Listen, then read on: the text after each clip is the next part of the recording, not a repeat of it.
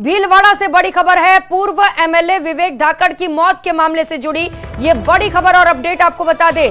विवेक के पिता और पत्नी में लगातार इस मामले को लेकर विवाद चल रहा है। कलेक्टर कार्यालय के बाहर बड़ी संख्या में समाज के लोग पहुंच चुके हैं। पिता कन्हैया लाल धाकड़ के समर्थन में धाकड़ समाज पहुंचा हुआ है। तस्वीरें एक्सक्लूसिवली न्यूज 18 राजस्थान पर आप देख पा रहे हैं, जहां पर बड़ी संख्या में धाकड़ के समर्थन में धाकड़ समाज पहुंच चुका है। पत्नी पद्मिनी धाकड़ के आरोपों के खिलाफ प्रदर्शन किया जा रहा है। पुलिस छावनी में कलेक्टर कार्यालय तब्दील हो गया। बड़ी संख्या में पुलिस फोर्स की तैनाती वहां पर दिखाई दे रही है। कलेक्ट्रेट पर बड़ी संख्या में पुलिस बल मौजूद है, जिसकी तस्वीरें इस वक्त आपके टीवी स्क्रीन पर आप देख पा रहे हैं। पूर्व एमएलए विवेक धाकड़ की मौत का मामला लगातार गर्माता चला जा रहा है। विवेक के पिता और पत्नी में इस पूरे मामले को लेकर विवाद चल रहा है और इस विवाद के बीच ये तस्वीरें सहयोगी राहुल हमारे साथ जुड़ चुके। राहुल, क्या हालात इस वक्त वहां पर? जी, आज पूरा सर्व धाकड़ समाज भीलवाड़ा जिला कलेक्ट्रेट पहुंचा है। कन्हैया लाल धाकड़ खुद इस पूरे काफिले में, इस रैली में थे। उनका परिवार था, उनकी बेटियां इस रैली में थी। लगातार स्वर्गीय विवेक धाकड़ की पत्नी सामने आ रही है। कन्हैया लाल धाकड़ पे लगातार आरोप लगा रहे हैं। दोनों पक्षों द्वारा मामले दर्ज कराए गए हैं। दोनों पक्ष एक दूसरे पर आरोप लगा रहे हैं। कहीं ना कहीं देखा जाए तो इस प्रकार के आरोप भी लगे कि उनकी पत्नी को घर से निकाल दिया गया। वहीं कन्हैया लाल धाकड़ ने अपनी बहू पे भी आरोप लगाए हैं। आत्महत्या का जो मामला है उसकी जांच जो सुभाष नगर थानाधिकारी हैं शिवराज गुजर से बदलकर जो सीओ सदर हैं श्याम सुंदर बिश्नोई उनको दे दी गई है। और भारी संख्या में अभी धाकड़ समाज यहाँ पे पहुंचा है, कन्हैया लाल धाकड़ के पक्ष में पहुंचा है और लगातार जो कार्रवाई है उसकी निष्पक्ष जांच की मांग कर रहे हैं ये लोग। और अभी भी कलेक्टर के बाहर जमा है। और वहीं जो परिवारजन है कन्हैया लाल धाकड़ है, जिला कलेक्टर से मिलने गए हैं, उनको ज्ञापन सौंपने गए हैं। जी राहुल, स्थिति तो जांच के बाद ही पता चल सकेगी, तभी खुलासा हो सकेगा कि आखिर कौन सही है कौन गलत। लेकिन जांच की जा रही है क्या? पुलिस क्या कह रही है पूरे मामले पर? जी, इस पूरे मामले में पिछले 10 दिनों ने बहुत ही बड़ा तूल पकड़ लिया है। उसको देखते हुए पुलिस अधीक्षक राजन दुष्यंत ने इस मामले की जांच उच्च अधिकारी को दे दी गई है, सीओ सदर को दे दी गई है। पुलिस पूरे मामले में जांच कर रही है। जो विवेक धाकड़ ने आत्महत्या की थी उस पर भी जांच चल रही है, क्योंकि उनके पास जो लेटर मिला था उसकी भी पुलिस जांच कर रही है। लोगों से पूछताछ की गई है। उस दौरान इस पूरे घटनाक्रम में एक नया मोड़ आया जब बहू और ससुर के बीच में विवाद उठता दिखा। उसको देखते हुए बहू ने अपने कई मामले भी दर्ज कराए हैं। उसको देखते हुए आज जो धाकड़ समाज है कन्हैया लाल धाकड़ के पक्ष में कलेक्ट्रेट के बाहर आया है। भारी संख्या में लोग पहुंचे हैं, भारी बल यहाँ पे तैनात है और ये पूरा कलेक्ट्रेट है पुलिस बल ने छावनी बना दिया है। और कहीं ना कहीं जो धाकड़ समाज है लगातार निष्पक्ष जांच की मांग कर रहा है। अब चूंकि कन्हैया लाल धाकड़ के समर्थन में धाकड़ समाज पहुंचा हुआ है, बड़ी संख्या में लोग वहां पर पहुंचे हुए, तस्वीरें हम दिखा पा रहे हैं। लोगों में गुस्सा भी देख पा रहे हैं। राहुल, उनकी ओर से कुछ मांग रखी जा रही है क्या? जी, उनकी मुख्य मांग यही है कि जो भी आरोप कन्हैया लाल धाकड़ पे लगाए हैं उन पर निष्पक्ष जांच की जाए। विवेक धाकड़ की जो आत्महत्या का मामला है उसमें जांच की जाए, ताकि जो बात तथ्य है वो सामने आ सके।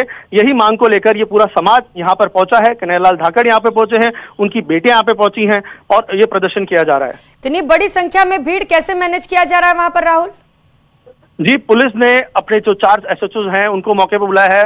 भारी पुलिस बल तैनात है। सीओ सदर यहाँ पे मौजूद हैं, सीओ सिटी अशोक जोशी यहाँ पे मौजूद हैं। जो पुलिस एडिशनल एसपी है विमल सिंह नेहरा वो यहाँ पे मौजूद है। कहीं ना कहीं जो पुलिस है इसने पूरी कलेक्ट्रेट को छावनी बदल दिया है। चप्पे चप्पे पे पुलिसिंग की गई है ताकि कोई घटनाक्रम सामने आया है, कोई विवाद ना हो जाए, इसलिए। ठीक है राहुल, आप नजर बनाए रखिएगा, देखना है कि क्या निष्कर्ष निकल पाता है मामले पर। बहुत शुक्रिया फिलहाल आपका तमाम जानकारियों के लिए। और रुक कर लेते हैं एक और बड़ी खबर का। जयपुर से बड़ी खबर है। परकोटे में वेंकटेश मंदिर की संपत्ति पर कब्जा का मामला सामने आ रहा है। जयपुर के सिटी पैलेस गार्ड्स और स्टाफ पर भी कब्जे के आरोप लगे हैं। देर रात महंत परिवार को बंधक बनाकर कब्जा किया गया। ये बड़ी जानकारी इस वक्त की आपको बता रहे हैं। सवाई मानसिक म्यूजियम ट्रस्ट पर गंभीर आरोप लगे हैं। देर रात मंदिर की संपत्ति पर कब्जा का आरोप लग रहा है। बैरिकेड्स लगाकर रस्सी बांधकर मंदिर की संपत्ति पर कब्जा किया गया। तस्वीरें उस दौरान की आपको दिखा रहे हैं जब मंदिर पर कब्जा किया गया। पीड़ित महंत परिवार ने अब पुलिस से गुहार लगाई है, क्योंकि महंत परिवार को भी बंधक बना लिया गया है। देर रात ये पूरी वारदात घटी, जिसकी तस्वीरें आप देख पा रहे हैं न्यूज 18 राजस्थान पर। परकोटे के वेंकटेश मंदिर से ये तस्वीरें हैं, जहां पर मंदिर की संपत्ति पर कब्जा किया जा रहा है। और रुक कर लेते हैं महासंग्राम 2024 से जुड़ी बड़ी खबर का। लोकसभा चुनाव को लेकर इस वक्त की बड़ी खबर सामने आ रही है। बीजेपी नेताओं ने प्रचार का जिम्मा संभाल लिया है। सीपी जोशी ओडिशा के कटक में प्रचार कर रहे हैं।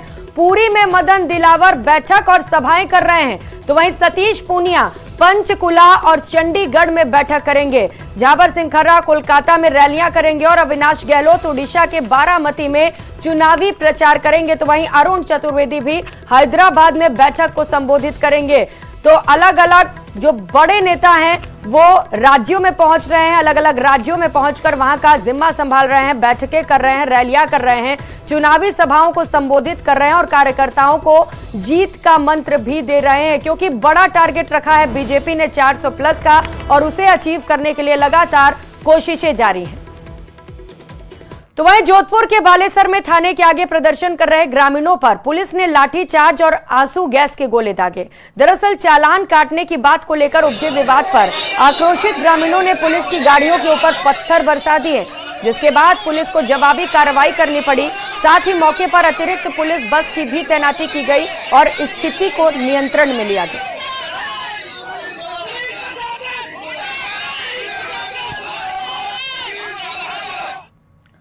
और खबरों में आगे बढ़ते हुए खबर पाली से, जहां पर कुलथाना में पारिवारिक विवाद में एक युवक ने पिता की हत्या के बाद अपने बेटे के साथ खुदकुशी कर ली।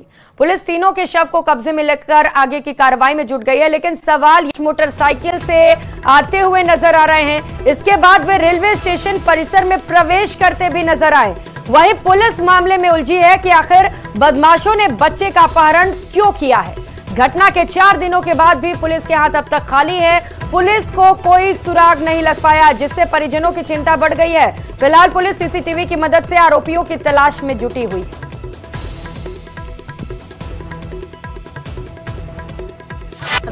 4 साल का बच्चा है, यहाँ से 1 नंबर से घुमा है, सीधा हाथ उसको चलो हुआ है, वो बैठा के टिकट कटाने चले गए, वहाँ से उठा लिया। इसके पापा ने फोन किया था का बच्चा गुम हो गया कोटा से। कहाँ से? कोटा स्टेशन से, 1 नंबर प्लेटफार्म से। फिर मैं सुबह वहाँ से 4 बजे घर से निकला यहाँ पे, फिर मैं सुबह में आ गया यहाँ पे आगरा फोर्ट से। कितने परिजन आए यहाँ? हम 2-3 जने आए थे, उसकी मम्मी और मैं और उसकी नानी। उधर राजसमंद के पुठोल गांव में एक सनसनीखेज घटना सामने आई, जहां पर एक 13 साल के बेटे ने अपनी मां के साथ बाजार जाने की जिद की, मगर जब मां उसे अपने साथ नहीं ले गई तो नाराज होकर बेटे ने साड़ी का फंदा लगाकर सुसाइड कर लिया। बाजार से वापस आने पर परिवार वालों के पैरों तले जमीन खिसक गई। मौके पर पहुंची पुलिस ने शव को कब्जे में लेकर मोर्चरी में रखवाया। मृतक बच्चा कक्षा 6 में पढ़ता था।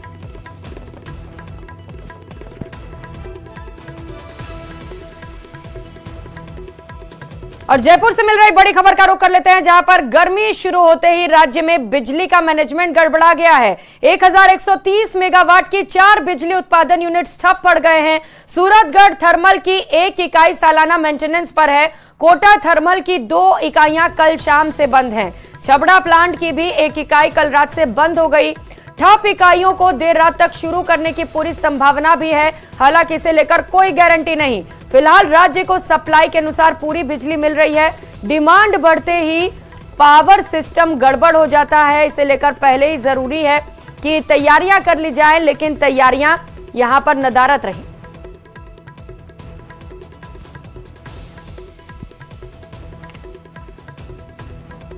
तो गर्मी बढ़ते ही बिजली की खपत बढ़ गई और ऐसे में सप्लाई कम पड़ रही है। जयपुर से मिल रही एक और बड़ी खबर का रुख कर लेते हैं। फर्जी एनओसी से ऑर्गन ट्रांसप्लांट मामले से जुड़ी ये बड़ी खबर आपको बता दें, डॉक्टर सुधीर भंडारी की बर्खास्तगी का काउंटडाउन शुरू हो चुका है। राज्यपाल से चिकित्सा मंत्री मुलाकात करेंगे, यानी कि कभी भी उन्हें बर्खास्त किया जा सकता है। बड़ी खबर इस वक्त की आपको बता रहे हैं, राज्यपाल को डॉक्टर भंडारी की भूमिका के तथ्य सौंपे जाने हैं। डॉक्टर भंडारी को हाल ही में सोटा चेयरमैन के पद से हटाया गया और बड़ी सूचना इस वक्त की आपको बता रहा है कि डॉक्टर सुधीर भंडारी को कभी भी बर्खास्त किया जा सकता है। काउंटडाउन शुरू हो चुका है। फर्जी ऑर्गन ट्रांसप्लांट मामले से जुड़ी ये बड़ी खबर आपको बता रहा है, जहां पर गलत तरीके से एनओसी बनाकर ऑर्गन ट्रांसप्लांट किए जा रहे थे। जैसे ही इस मामले का खुलासा हुआ, जांच आगे बढ़ती गई, कई बड़े खुलासे भी होते चले गए, विदेशी कनेक्शन भी सामने आया और इस बीच इसी मामले को लेकर ये बड़ी खबर आपको बता रहे हैं, जहां पर डॉक्टर सुधीर भंडारी को भी इस पूरे मामले पर दोषी पाया गया है और उनकी बर्खास्तगी का काउंटडाउन भी शुरू हो चुका है, क्योंकि अब चिकित्सा मंत्री राज्यपाल से मुलाकात करने वाले हैं। राज्यपाल को डॉक्टर भंडारी की भूमिका के तथ्य सौंपे जाएंगे कि इस पूरे मामले में, इस पूरे नेटवर्क में डॉक्टर भंडारी की भूमिका क्या थी। आपको बताते चले कि इससे पहले भी उन्हें दोषी पाते हुए उनके ऊपर कार्रवाई की गई थी। डॉक्टर भंडारी को सोटा चेयरमैन के पद से हाल ही में हटाया गया था। सहयोगी सौरभ हमारे साथ जुड़ चुके हैं। सौरभ, काउंटडाउन शुरू हो चुका है क्या बर्खास्तगी का?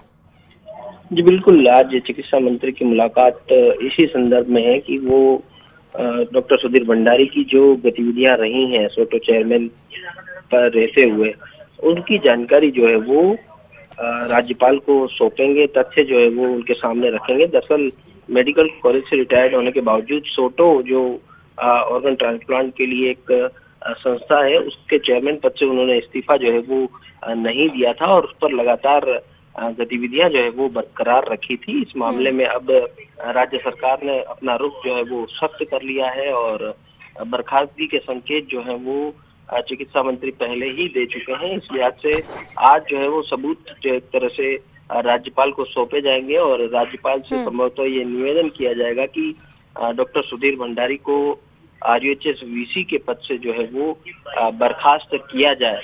तो उसी कड़ी में ये मुलाकात जो है वो दोपहर 2 बजे राजभवन में प्रस्तावित है। बिल्कुल, सबसे पहले न्यूज 18 ने खबर भी बताई थी कि अगर डॉक्टर सुधीर भंडारी खुद से रिजाइन नहीं करते हैं तो उनको बर्खास्त किया जा सकता है और कुछ खबरों पर पुष्टि ऐसे ही लगती हुई फिलहाल नजर आ रही है, जहां पर आप बता रहे हैं सौरभ की काउंटडाउन शुरू हो चुका है। आप नजर बनाए रखिएगा क्योंकि राज्यपाल से चिकित्सा मंत्री की मुलाकात बेहद अहम है। बहुत शुक्रिया आपका तमाम जानकारियों के लिए। और अब खबर कोटा से है, जहां मैसेज लिखकर कोचिंग छात्र लापता हो गया। छात्र राजेंद्र कोटा में रहकर नीट की तैयारी कर रहा है। छात्र ने मैसेज छोड़ा है कि मैं जा रहा हूं, नहीं पढ़ना है मुझे, 5 साल बाद लौटूंगा। विज्ञान नगर थाना पुलिस अब इस पूरे मामले की जांच पड़ताल में जुटी हुई है। आखिर ये मैसेज किस मकसद से लिखा गया, छात्र ने क्यों कहा कि मैं जा रहा हूं, इसे लेकर जांच की जा रही है।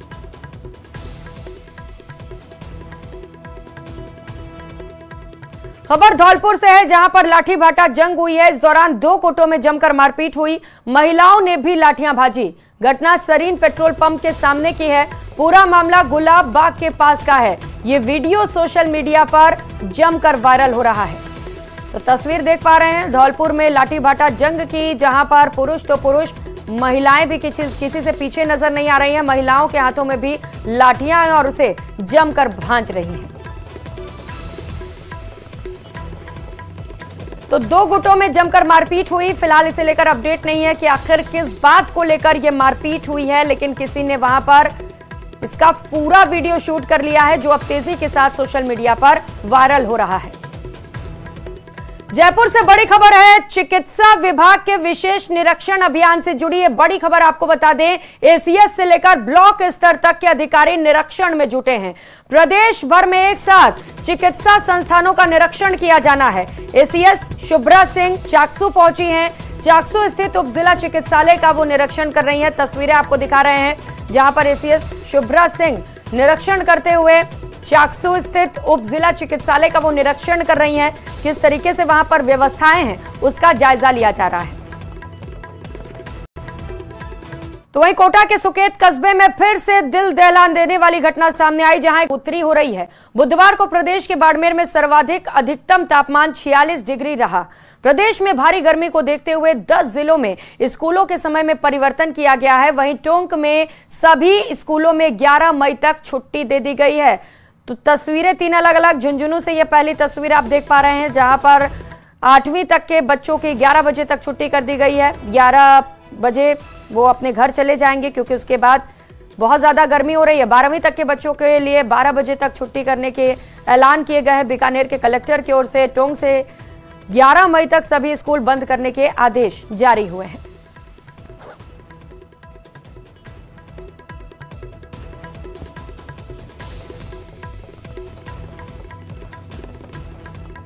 तो वहीं सूर्य नगरी जोधपुर में भी गर्मी का तपन और चुभन देखने को मिल रहा है।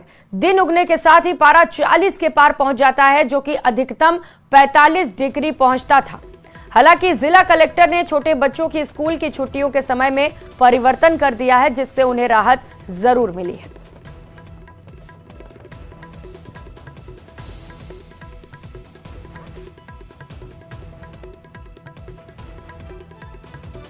सूर्य नगरी जोधपुर में भी गर्मी अपने पूरे शबाब पर है। तापमान की बात करूं तो दिन का तापमान दिन चढ़ने के साथ ही पारा जो है अपने सारी हदें पार करता नजर आता है। अधिकतम तापमान 45 डिग्री के आसपास रहता है और अभी अगर बात करूं तो 40 पार पारा जा चुका है। यानी कि दिन के समय में अधिकतम तापमान जहां 45 के आसपास रहता है, वहीं दिन की शुरुआत जो है वह 40 के आसपास से होती है। ऐसे में आम जनजीवन बुरी तरीके से प्रभावित है। हालांकि जिला कलेक्टर ने इस मामले में संज्ञान लेते हुए स्कूली बच्चे के समय परिवर्तन किया है, लेकिन फिर भी जो 10वीं और 12वीं कक्षा के विद्यार्थी हैं, उनके मन में अभी भी संशय है कि आखिर क्या गर्मी हमें नहीं लगती। ऐसा ही कमोवेश नजारा यहाँ नजर आता है, जहां जूस, ठंडे, शीतल पेय की दुकानों पर लगातार लोगों की जो भीड़ है वो कहीं ना कहीं नजर आती है। गर्मी को देखते हुए जिस तरीके से आप बता रहे हैं, बहुत परेशान है जी। गर्मी क्या है? बहुत परेशान, पसीना हो रही हो माँ, पसीना हो रही है। हाँ, कपड़ा भीग गया पूरे। तो आप तो किसान लोग हो, किसान हो। हाँ, तो फिर इन गर्मियों की कर पार पाओला मरा ये गर्मी तो अच्छा मरा ही गर्मी। अच्छा, हाँ। तो कई कहनी जाओ पसे कहीं होना चाहिए। कोई गवर्नमेंट सहायता करते हुए कोई बोतल होतला चढ़े अच्छा। ना तो ठीक है, नहीं तो मरना ही पड़ी। देखिए, लोग अपनी बात रख रहे हैं। क्या कुछ है, आपने जिस तरीके से बचाव के लिए ये पूरा लगा रखा है, क्या कुछ कहेंगे? बहुत ज्यादा गर्मी है अभी। सूर्य नगरी जोधपुर गर्मी के लिए जाना जाता है लगभग, और यहाँ पर सभी देखो आप जूस पीकर ठंडा करने की कोशिश कर रहे हैं। और अब जी आप क्या कहेंगे? आप मेरा देखा जूस का गिलास हाथ में है। ये रात गर्मी से तो भी कहाँ जा रहे थे आप और कहाँ जरूरत पड़ गई आपको इसकी? जा रहा रेलवे स्टेशन, कुछ काम से गया था पावटा, वापस घर पे जा रहे। घर पे जा रहे थे तो हलक को तर करके जा रहे हैं। हाँ है? सही है। किस तरीके से है गिराकी और क्या कुछ शौकी है? ऐसा है? अच्छी है। गर्मी आपको कमाई दे रही है, रोजगार दे रही है? कमाई दे रही है। बिल्कुल ध्यान को मान ध्यान बताओ। हल्का है बिल्कुल। काम धंधा भी हल्का है? हाँ बिल्कुल धंधा। लोग निकल नहीं रहे? अरे लोग तो गणा ही नहीं रहे। और रुक करेंगे अगली खबर का। माउंट आबू के सीतावन में फिर से तेंदुए का मूवमेंट हुआ। तेंदुए को देखकर लोग आकर्षित हो गए। वन्यजीव विशेषज्ञ अनिल माथुर ने तेंदुए के मूवमेंट को कैमरे में कैद किया। माउंट आबू के सीतावन में सुबह 7 बजे तेंदुआ दिखाई दिया। माउंट आबू क्षेत्र के सीतावन सेंट मैरी स्कूल के एक चट्टान पर आज सुबह 7 बजे तेंदुए का मूवमेंट दिखाई दिया। लोग काफी देर तक तेंदुए को देखते रहे। गर्मी के दिनों में अक्सर वन्यजीव रहवासी क्षेत्र में पहुंच जाते हैं।